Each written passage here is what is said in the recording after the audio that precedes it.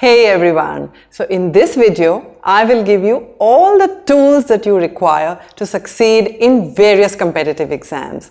These could either be the Indian competitive exams like UPSC, IBPS, SBI PO, SSC or Railways, or even the MBA entrance exams like CAT, or these tools can also be really useful when you're applying for the international competitive exams like the IELTS, TOEFL, SAT, GRE, GMAT, etc.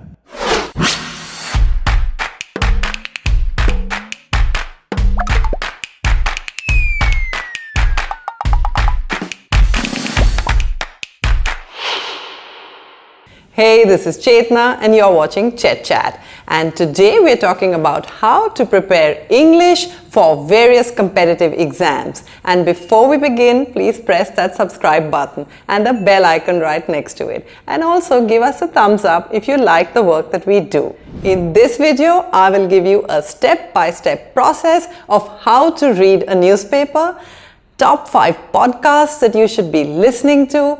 I will also tell you about an English online course that you can go and use to help you prepare for competitive exams. I will give you a list of top 5 books that you should read, especially if you're a beginner. And finally, top 5 academic books that will help you prepare thoroughly for these competitive exams.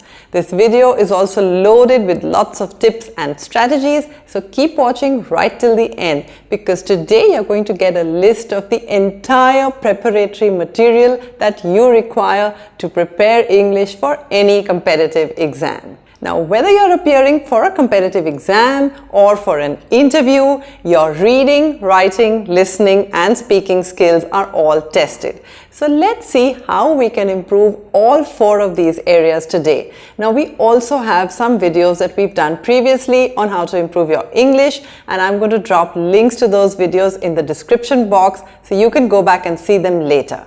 And now let's begin. How to read a newspaper. Now, if you're appearing for competitive exams, I recommend that you read the Hindu newspaper.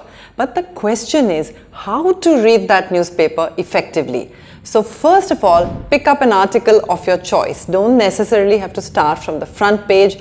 Pick up an area that interests you. It could be business, science, it could be sports or current affairs.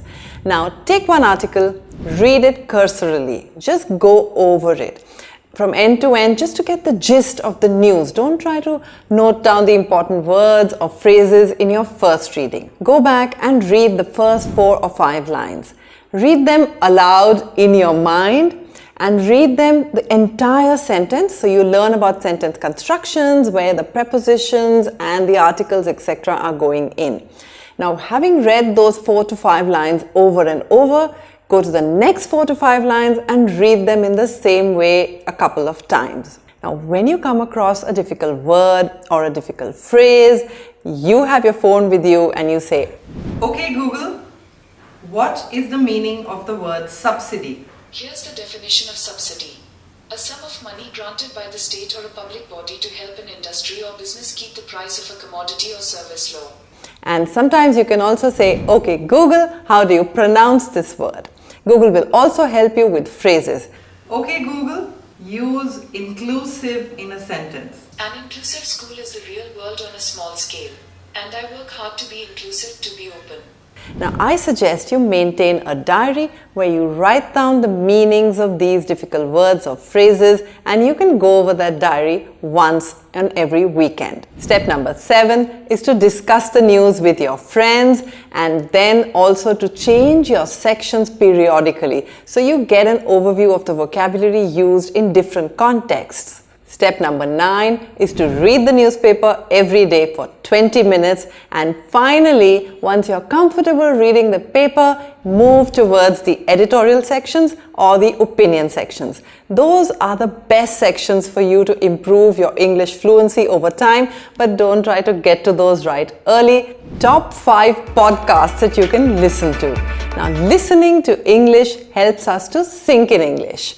Now, I recommend that you listen to one episode of a podcast every day for about 20 to 30 minutes. It's available on your Play Store, and there are lots of podcasts apps, but some of the more popular ones are Google Play Store, iTunes, Spotify, or Stitcher. Now, get yourself a free podcast app.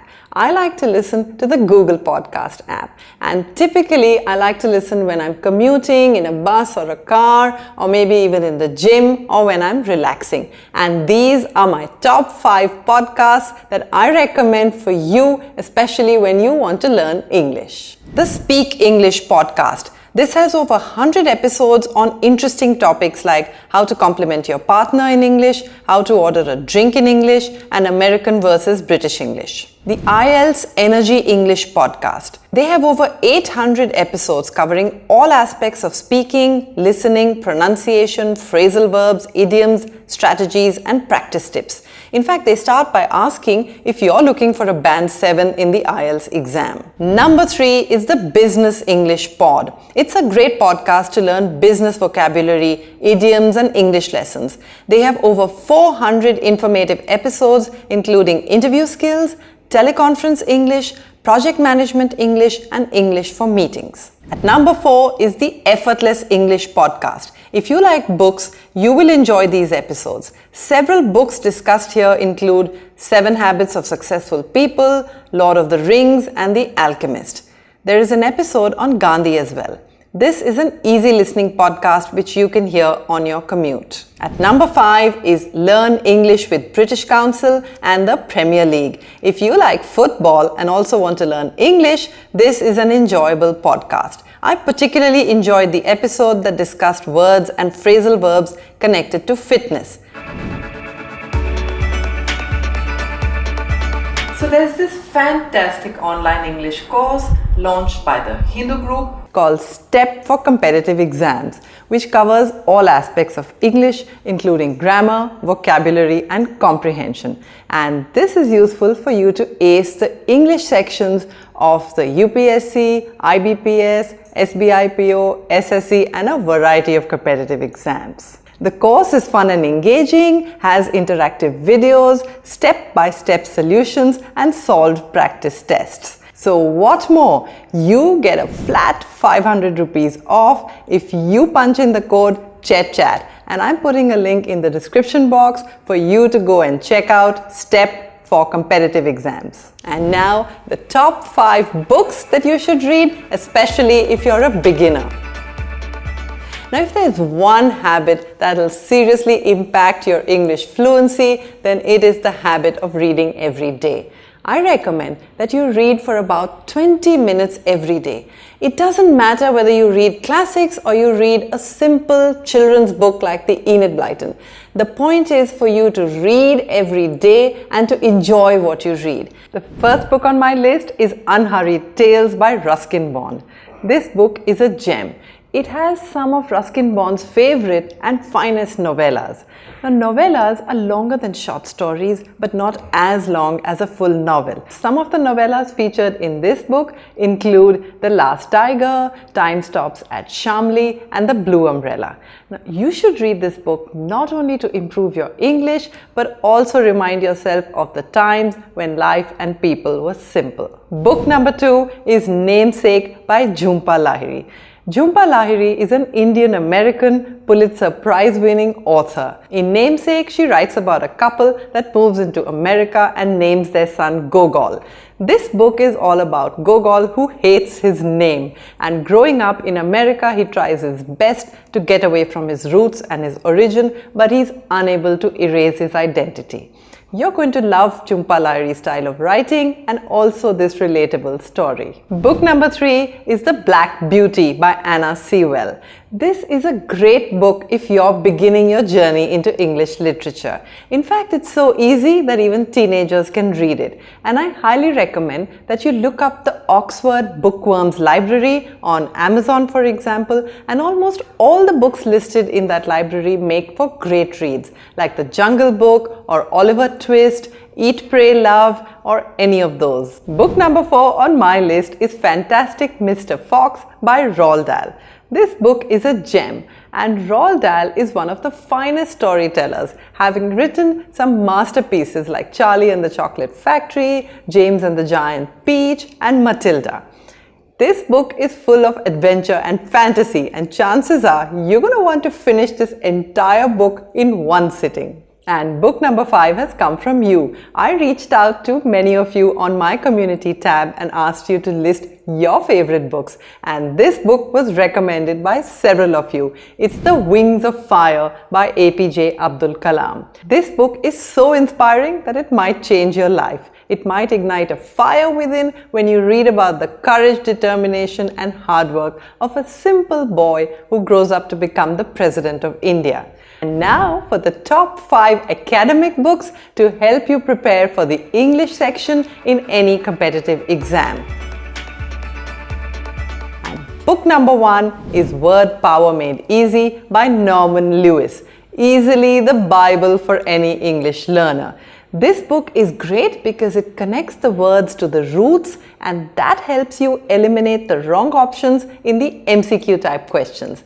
But I suggest that you don't read this book like a book, but use it like a workbook and work along with it step by step. Book number 2 is English Grammar for Dummies by Geraldine Woods.